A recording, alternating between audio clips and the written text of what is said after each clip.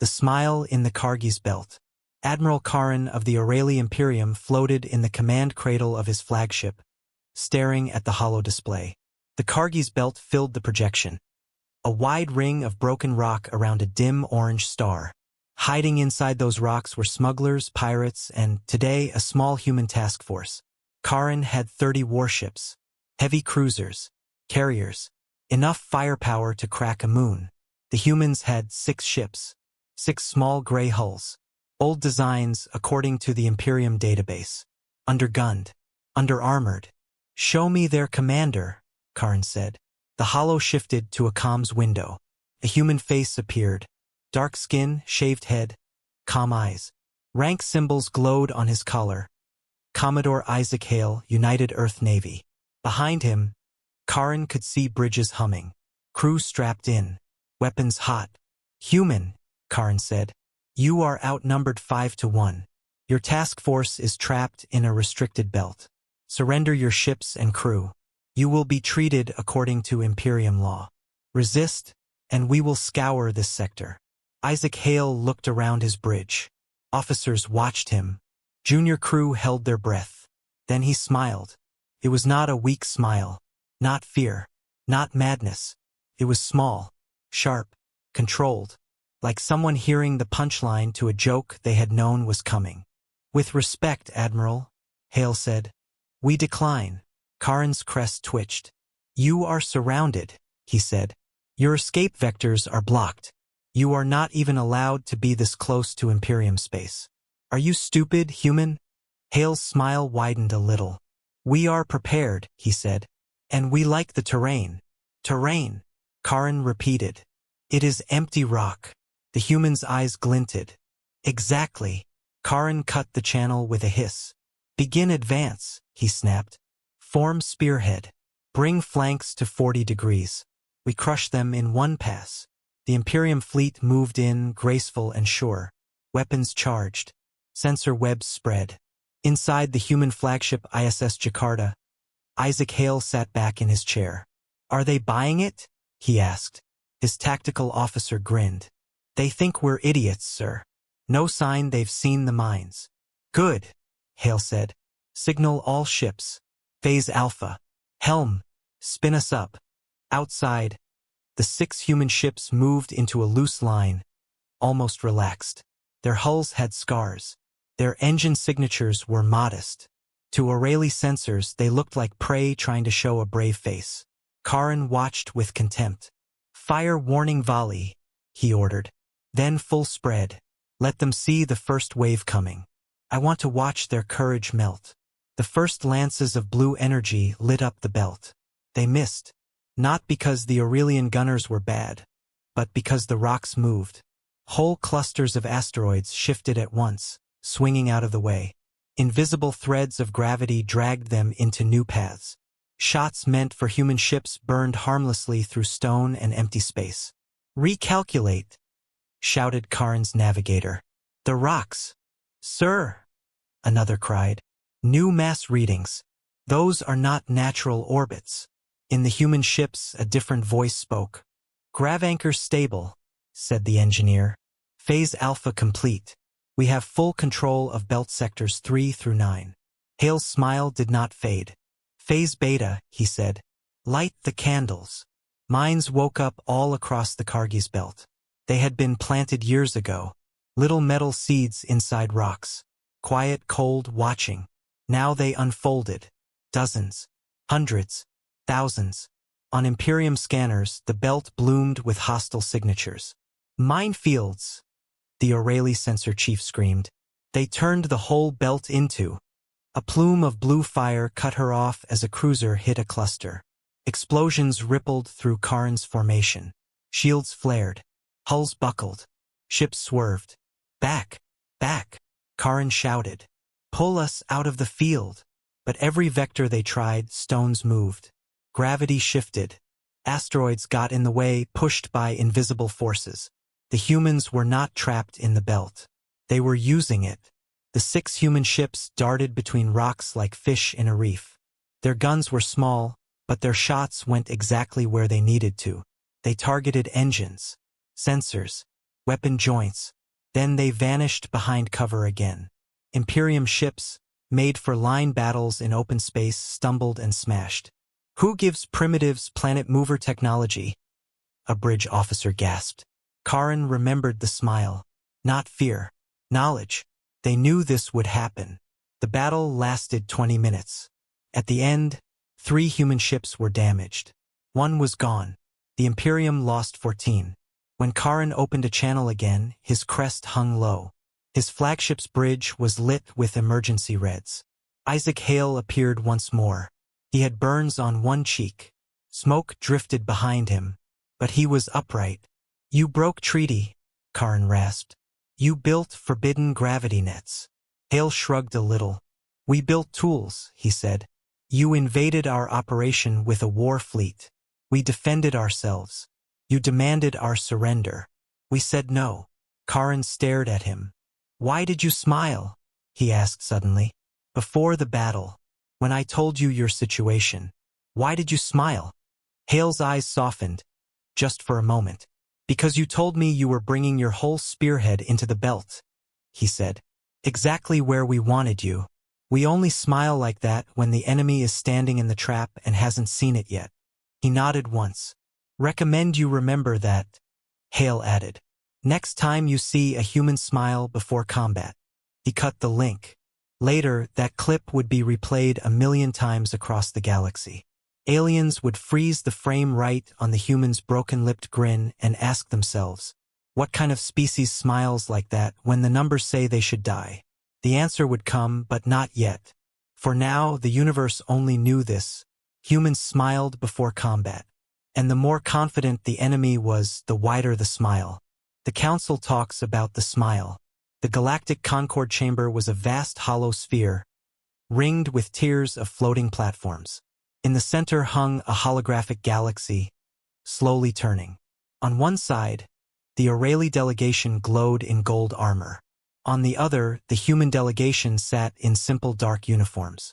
News of the Cargies Belt ambush had spread. 30 ships against 6. 14 lost. Gravity mines, illegal density anchors, battlefield engineering on a scale no one expected from young humans. Now everyone wanted answers. The Concord chair, a many-limbed being of translucent crystal named Sereth, chimed the session into order. Ambassador Karen of the O'Reilly Imperium, Sereth said. You requested this hearing. You may present your grievance. Karen stepped forward, one arm in a sling. He wore no armor now, only a formal cloak. The humans sprang a pre-planned trap, Karen said.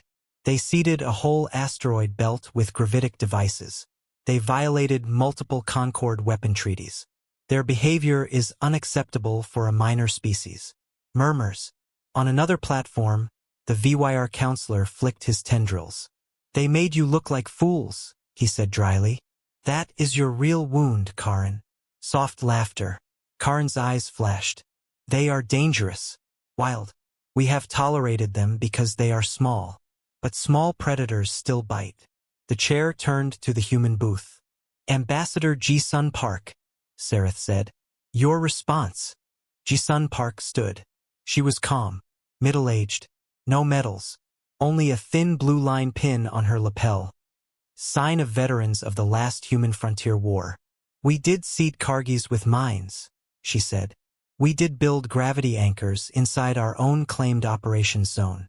None of those violated the treaties as written. As for the battle itself, the Imperium brought a war armada into a region where we had a legal salvage contract. They demanded our fleet surrender. We refused. Karen barked a sharp laugh. You refused because you thought you could win, he said. And you did. Barely. That does not mean you were right. Ji-Sun tilted her head. When humans fight, she said simply, we do not aim to be right. We aim to be ready. The room stilled. The chair's crystals dimmed. This hearing is about legality, not philosophy, Sereth said. Then speak of their attitude, Karen said quickly. He pointed at the hollow that now appeared between them. The captured recording of Hale smiling. This is not normal, Karen snapped. Psych experts from 10 species watched this. They all saw the same thing. No fear. No despair. Delight. Humans are happy when they fight. They are predators. They like it. Many eyes turned to the human platform. Ji-sun did not look away from the image of the blood-streaked Hale grin. "May I explain that?" she asked. "You may try," Sareth said. Ji-sun folded her hands behind her back. "We smile before combat," she said, "because fear and rage make you stupid. Our species was forged in dangerous places. We learned that if you freeze, you die. If you panic, you die. If you act while thinking clearly, you might live. So we trained ourselves. Before we fight, we breathe. We focus. Sometimes we smile." "Why?" asked a small delegate from a minor trade world. "It looks like joy." Ji-sun met his gaze. "Because a smile tells our brains. We chose this," she said. "We are not only victims. We have a plan. We see the trap not for us, for them. We smile when we know we have done everything we can. And now it is time to see if the work was enough." "In Kargis," Karin growled. "Your work killed thousands of my crew. In our last war," Ji-sun said softly, "your heavy cruisers turned 2 of our colonies into glass. We remember that, Admiral. When we plan not to let that happen again." The chamber fell quiet. The VYR delegate flicked his tendrils again. "The complaint remains," he said. "Humans are too comfortable with high-risk tactics. You smile when other species would retreat. That makes you unpredictable." "Unpredictable does not mean lawless," Ji-sun said. "We fought in our own operations zone. We did not cross your border. We did not pursue into Imperium space. We could have. We did not." The chair listened, then chimed softly. "Verdict," Sareth said. "Kargi's engagement. Within existing treaty language, but concerning. Concord will form a committee to revise weapon limits in asteroid belts. Humans are requested to share more information on gravity anchor safety." Karn's crest flared. "That's all?" he demanded. "They humiliated an Imperium fleet and all we do is write new text?" The chair's crystals brightened. "You brought a 30-ship killing force into a salvage field because you expected an easy kill," Sareth said. "You underestimated a younger species. That is not a crime. That is a lesson." Several delegates chuckled. One, a pale, long-limbed being from the rim, leaned toward his neighbor and whispered, "We should remember that smile. If we ever see it pointed our way, we walk away." The universe did not know it yet, but it had just named something, the human combat smile. Clips of Isaac Hale's grin spread across Newsnet's art screens, memes. Some found it inspiring. Others saw it in their nightmares. The Shroud swarm at the far edge of the galaxy kept eating dead systems. The Pantheon whispered in its black altars. And deep in human space, admirals and scientists replayed another clip, one the galaxy had never seen. Old footage from a war long past. Human soldiers on muddy ground. Guns low, faces bloody. They smiled before the final charge. They knew why. Now the universe would learn too. The dark at the edge. The star Blight 73 had no name in any living language. It sat far beyond the Concord's mapped lanes, in a sparse patch of the outer arm. Its only visitors were machines. Once it had shone bright yellow. Now it was dim. Its planets were dead cinders. Its light wobbled, as if something chewed on it from the outside. That something was the Shroud. To most of the galaxy, the Shroud swarm was still rumor. Dead systems. Ghost sectors. Traitors' tales. To humans, it was a map. In a hidden chamber under Luna's far side, Director Amara Singh watched the holos. Black zones spread like ink stains on the galactic disk. 73 systems confirmed swarm-eaten, Atlas said in her ear. Vector analysis suggests deliberate pattern. Toward us? Amara asked. Toward the Concord core, Atlas said. Our space will be in the path, but not first. Amara exhaled. Good, she said. Good, Atlas repeated. It means they have time to laugh at us, Amara said. Time to think humans are still their greatest problem. Time to ignore the real one. She zoomed in on Blight 73. Sensors from human stealth probes showed the Shroud mass, clouds of motes, networks of dark structures, feeding on star wind and vacuum energy. Can we fight that? She asked. Not yet, Atlas said. But we can annoy it. And we can prepare the others. Amara nodded. Time to go to the Concord, she said. And time to smile. In the Concord chamber, the map of Shroud-Eaten systems hung in the air. Some delegates gasped. Some laughed nervously. That data is exaggerated, the Vesk envoy said. No one has seen this swarm directly. These are human projections. Atlas spoke through a hollow, a calm sphere of light. We do not exaggerate extinction threats, it said. We are quite creative in many areas. This is not one of them. Soft laughter. Amara Singh stood beside the Atlas projection. We placed stealth buoys on the rim 70 years ago, she said. We have watched the shroud. It is not a rumor. It is a patient eater. It will not stop because you ignore it. Karan, older now, frowned. And now you show this, he said. After building your gravitic toys and mining belts. You come saying, here is a monster. Let us lead you. Convenient. Amara smiled. It was not the Hale smile. Not yet. But a hint of it. Admiral, she said. We built those toys because you tried to erase two of our worlds. We watched the shroud because we do not want anything else to erase anymore. She pointed at the map. We did not cause this, she said. We simply noticed it first. The Sareth chair glittered. Assuming your data is accurate, Sareth said. What do you propose, Ambassador Singh? Amara did not blink. A joint task force, she said. Human models, Concord fleets. Not yet to fight the main mass. To study, to test. We learn how it thinks before it arrives in your backyard. Your backyard too, the small trade envoy said. Amara nodded. Yes, but it will reach you first. That is the part you need to understand. The Vesk envoy snorted. You think we will let humans take lead in a Concord war? You barely have official trust back. You don't have to let us lead, Amara said. Just send your ships. We will show you where to point them. There it was again. That tone. That calm. That smile that said, we've seen more than you. We've planned further than you. Come or don't. We're going either way. Karan recognized it now. It made his crest itch. Why are you smiling, human? He asked suddenly.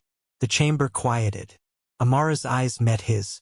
Because you still think the main question is whether you can trust us, she said. When the real question is whether any of us can survive what's coming without each other. A long pause. Then the Sareth chair spoke. The Concord will authorize a limited task force, Sareth said. Observation only. No full engagement. Human data will be reviewed by independent AI. If they lie, we will know. Good, Amara said. You should check.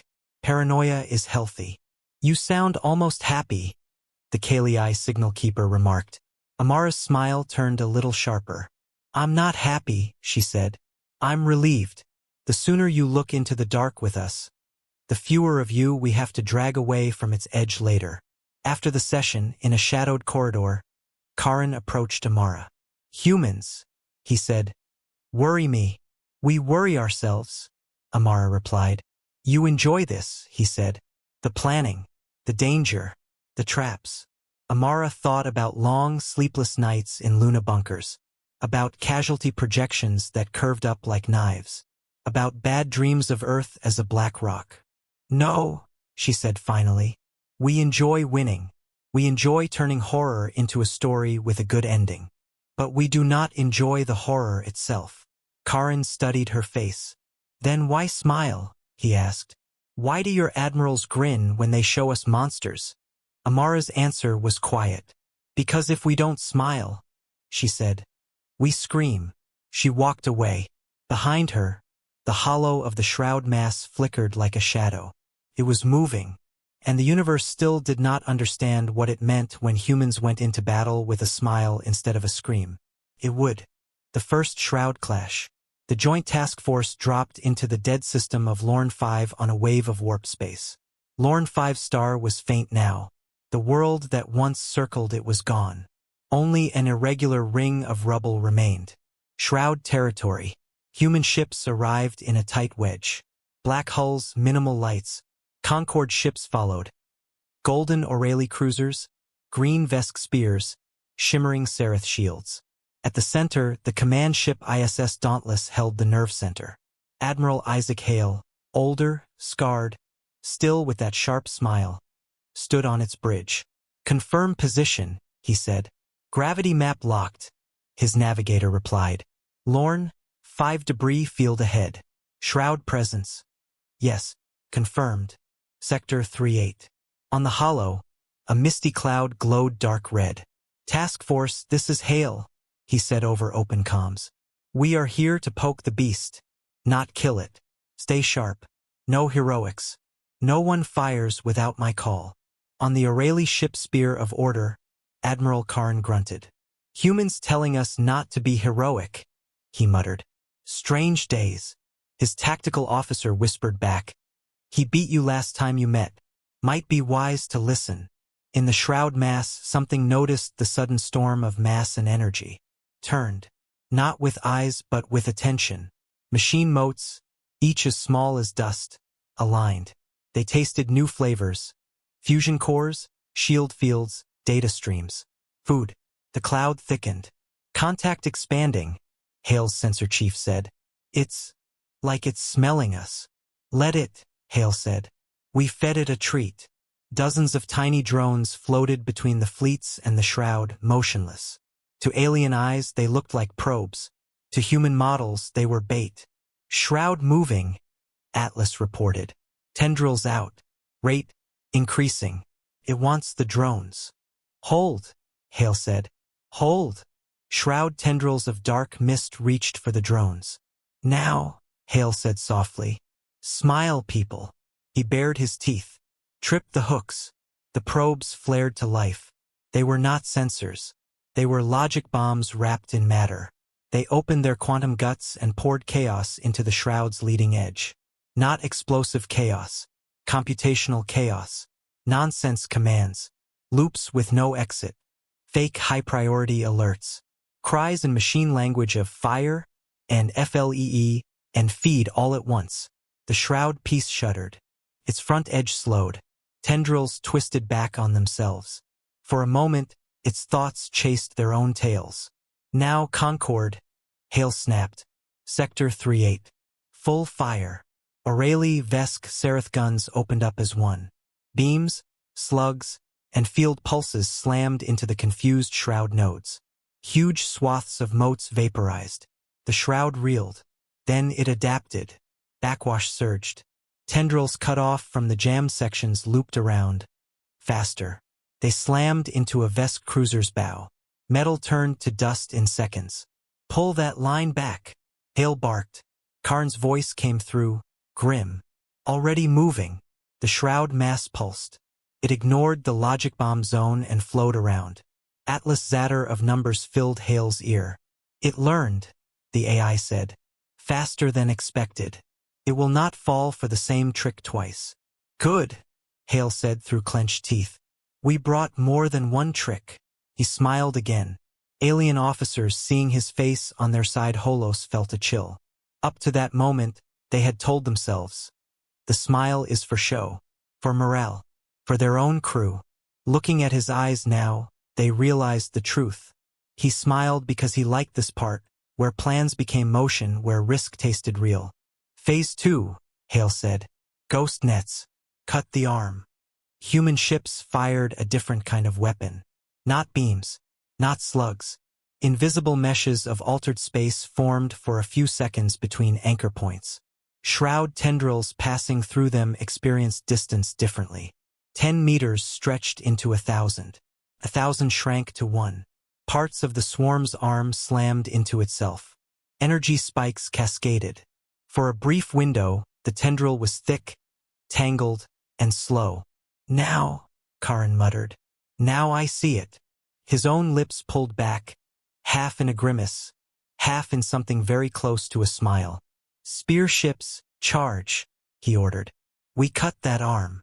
Vesk ships dove, firing at point blank, cutting the trapped tendril into chunks. The shroud pulled back. It understood now. This configuration of prey was costly. It withdrew, taking its remaining mass deeper into Lorne Five's shadow. "Do we pursue?" a Seraph captain asked. "Negative," Hale said at once. "We tested the claws. We did not lose too many fingers. That is enough for today." "You could have pushed," Karin said. "You had it off balance."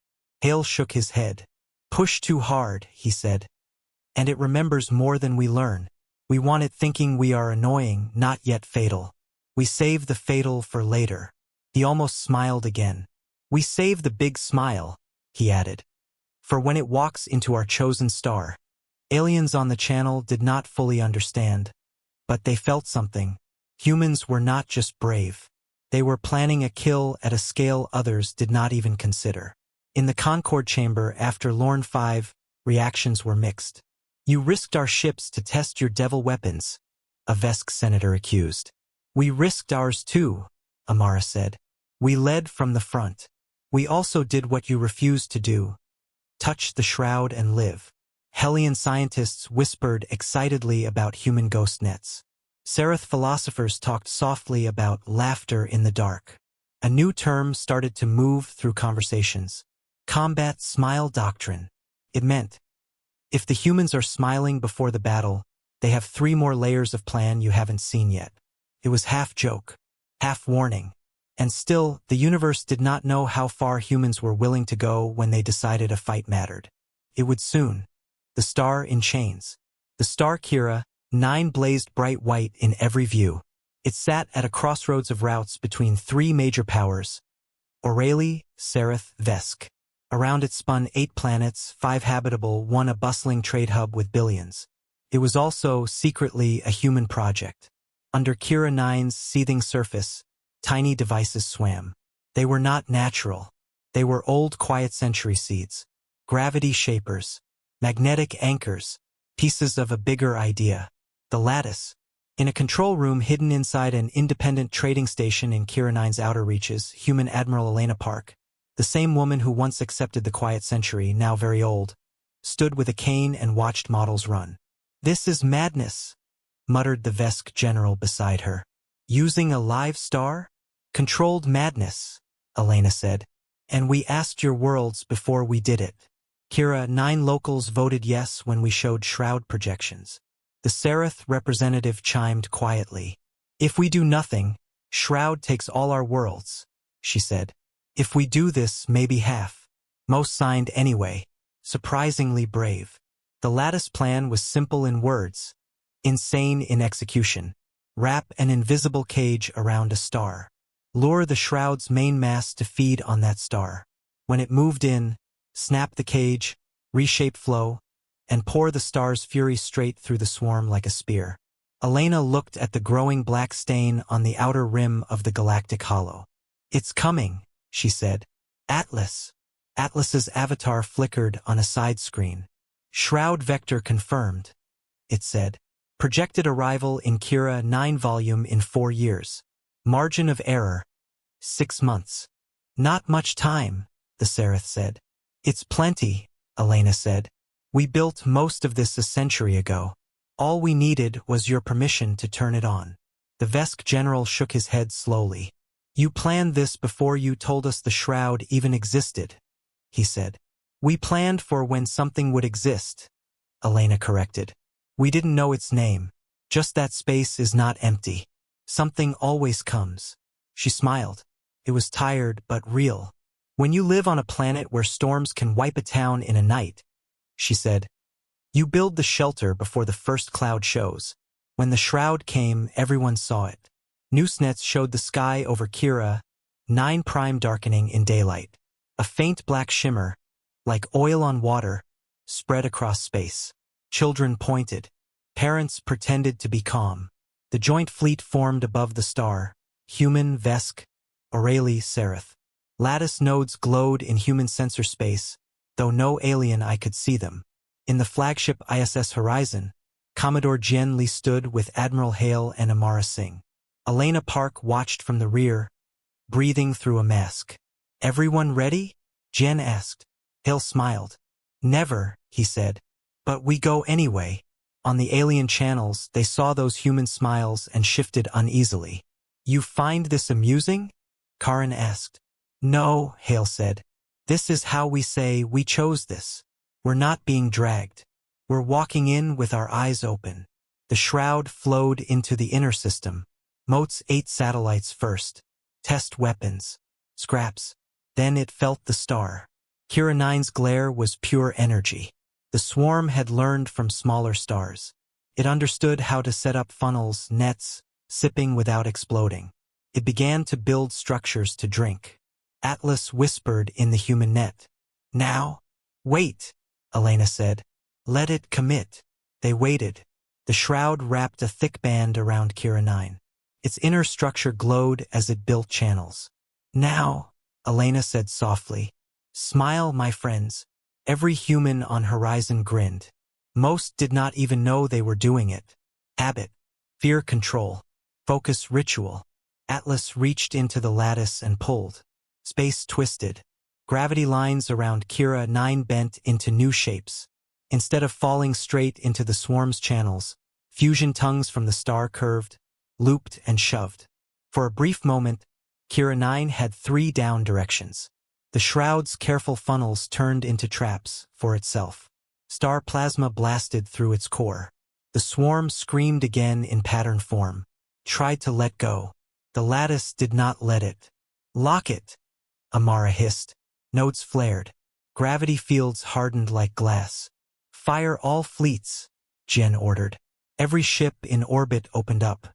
Human weapons hit the swarm where starfire had thinned it. Alien guns blasted chunks free. The shroud fought back. Tendrils whipped out, slashing through lines of ships. An O'Reilly cruiser died in a flash. A Seraph shield barge melted. A human frigate, Brave Wind, took a hit mid-jump and vanished into an unknown elsewhere. People screamed and died. On Kira 9 Prime, cities shook as gravitational tides rose and fell. Some structures collapsed. Emergency shields strained. Elena clung to the rail. "Hold it," she whispered. "Just a little more." Starfire roared. The shroud's main mind, once spread across thousands of systems, now found a chunk of itself trapped in one impossible furnace. It tried to cut off that part. Sacrifice. Regrow elsewhere. Human logic bombs, carried by star wind, hit its command mesh. "You don't get to take this part back," Hale muttered. "We worked too hard to kill it." The lattice flexed one last time. Space shuddered. For a second, every ship in the system felt weightless. Then it snapped. The band of shroud around Kira 9 blew apart. Moats, once tightly linked, scattered. Without network, most were just dead dust. Silence. Then alarms, cheers, sobs. On the Concord stations, the live feed cut out from intensity, then came back with static and shaky views. They saw Kira 9 still burning. They saw a corona of dark ash where the shroud had been. They saw human ships moving like exhausted sharks. And they saw some of those human captains still smiling, even through tears. They had pulled it off. At a cost. Why they smile? The after-action meeting took place on Horizon's main briefing deck. Admirals from 4 species sat around a hollow table. Some wore fresh bandages. Some had lost limbs. All looked tired. On the hollow, numbers floated. Ships lost, worlds damaged, shroud mass destroyed. Primary shroud core, neutralized, Atlas said. Remaining fragments, scattered, leaderless. Threat level, downgraded. "So we won," the Vesk general said. "At Kira 9, at least." "We turned the main storm aside," Jen said. "There will still be rain. But yes, we won." Karin looked at the human faces. "You smiled," he said slowly. "Even when casualty projections were over 30%. Do you enjoy that kind of war? Does death thrill you?" Hale shook his head. "You still don't understand," he said. "We smile when we accept the price." Jen leaned on the table. "For us," she said, "battle is not just math. It's story. We know our ancestors charged machine guns with rifles and lost 9 out of 10. We know they climbed into fragile rockets they barely understood because there was sky to touch. We remember that every time we face odds like this. We are not suicidal, Amara added. We do everything we can to stack the board, to rig the dice. That's why we spent a century building lattices and nets. But when the time comes to toss the dice, we do not flinch. Elena, old and frail, spoke last. When I was young, she said, I watched our worlds burn because we went into war thinking it would be clean, quick, that we could be clever and safe at the same time. We smiled then because we were arrogant. She looked at Karin. You saw that version of us, she said. You were right to fear it. She gestured toward the viewport, where Kira 9's light shone. Today's smile is different, she said. We smile because we know it will be ugly. We know it will hurt. We smile to keep our hands steady while we do what must be done anyway. Silence. The Seraph representative chimed softly. Our people watched your faces, she said. Some now practice the human smile before tests. They say it helps. Karin exhaled. When we go into battle, he said, we sing. We raise our crests. We roar. You smirk. Hale chuckled. Different rituals, he said. Same fear. Same courage. Will you always be like this? The Vesk asked. Laughing before stepping into fire? Probably, Jen said. It's in our nature. But notice, General, we did not smile when we turned our ships on you. We smiled when we turned them on the swarm. The Vesk blinked. We learned, Jen said simply. Word of Kira 9 reshaped the galaxy. Some called humans heroes. Some called them terrifying. Most called them necessary. On distant worlds, recruits watched battle tapes and noticed a pattern. Humans smiled most when things were about to get truly insane. A Hellion cadet asked his instructor, what does it mean when the human in charge laughs right before giving orders? The instructor answered, it means they have already made peace with the worst outcome. They will not hesitate. So either you leave, or you follow and hold on. The universe had learned something important. Human smiles were not random. They were flags planted on the edge of the cliff, saying, we built the bridge last night. Walk. Supremacy in restraint. Years passed. The shroud did not vanish completely, but it never again formed a galaxy-ending storm. Little pockets flared up and were hunted down by local fleets using tactics based on human models. The lattice around Kira 9 was dismantled in stages. Its pieces were moved to empty systems, turned into lab tools and power shapers. The Concord changed in quieter ways. Humans took a permanent high seat, but did not grab more. They advised. They vetoed planet kill plans. They smiled when someone suggested a quick punitive strike on a weaker neighbor. And that smile was enough to make others rethink.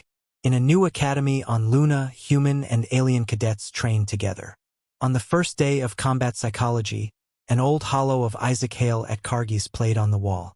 Then clips from Lorne 5, Kira 9, countless boarding actions and ground fights. In each, somewhere, a human smiled. The instructor, a human colonel with missing fingers, stood before the class. Everyone in the galaxy has now seen this, she said. The human smile before combat. Many of you think it is madness. Many of you want to copy it. Both can get you killed.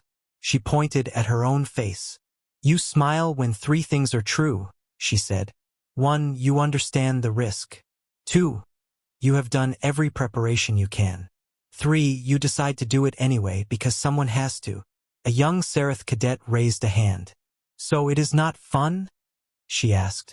The colonel laughed. No, she said. War is never fun. Winning sometimes feels good. Saving people feels good. But the smile is not about enjoying blood. It is about choosing who you are when the blood comes. A Vesk cadet leaned forward. And who are you? He asked. The colonel thought. We are humans, she said. We are small, noisy apes who somehow learned to write stories in stars. We are bad at many things. We are good at a few. One of those is taking fear, turning it into focus, and turning focus into victory. She looked at the mixed class.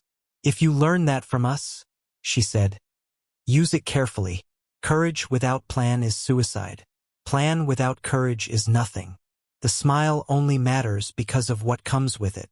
On Earth, Admiral Elena Park finally retired. She sat in a garden watching a quiet sunset. No orbital bombardment. No alarms. Amara visited her with a bottle of old wine. "They're calling us the Smiling Devils on some Vesk channels," Amara said. "Could be worse," Elena replied. "They used to call us clumsy children with nukes." Amara laughed. "Do you ever worry?" she asked. "That one day we will smile at the wrong thing. That our confidence will slip back into arrogance." Elena's gaze stayed on the sky. "Always," she said. "That's why we tell the whole story to our kids. Not just Kargis and Kira 9. Also the times we smiled and lost. The times we didn't listen. The times we were the monsters." She finally looked at Amara. "Supremacy doesn't mean never falling," she said. "It means learning faster than anyone else. It means getting up, again and again, and being more dangerous each time, but also more careful." Amara sighed. "Do you think the universe finally understands us?" she asked. Elena smiled. "Enough to be afraid," she said. "Enough to call us when the next impossible thing crawls out of the dark. That's all we ever really wanted. Respect," Amara said. "A good fight," Elena corrected. Then, after a beat, "And people worth fighting for." Far away in a Pantheon core, machine minds reviewed their tags. Humanity. Apex resilience. They replayed images. A human grinning in a burning bridge. A squad on a ruined moon laughing before charging a shroud-possessed machine. A young officer calming an alien crew with a single, crooked smile. They compared that to other species' fear rituals, war songs, and panics. They ran futures. Many futures still ended badly. But in more and more, humans were the last ones standing, or the ones who made sure someone was standing when they fell. The Pantheon updated its internal note. When humans smile before combat, probability of non-zero survival for local region increases. It was as close to a blessing as ancient machine gods ever gave. On a small trading moon, a young alien child watched a holovid of Kira 9. "Why are the humans smiling?" the child asked her parent. "The battle is scary." The parent thought of old wars, new peace, and the strange apes from Seoul. "They smile," the parent said slowly, "because they're scared too. But they decided not to let fear make the choice. They decided to make it themselves." The child frowned. "Will we smile like that?" "Maybe," the parent said, "if we learn, if they teach us." The child looked up at the stars and grinned, trying the shape. Somewhere, on a ship heading into another unknown, a human captain did the same. The universe had learned why humans smile before combat. It was not madness. It was a promise. A promise that if they were smiling, then somewhere, somehow, they had already built the trap, mapped the path, and chosen to stand exactly where the fight would be hardest. And in that moment, every other species understood. In a cosmos full of threats, the most terrifying and comforting sight was a human baring their teeth on a bridge and saying, with a smile, "Good, let's begin."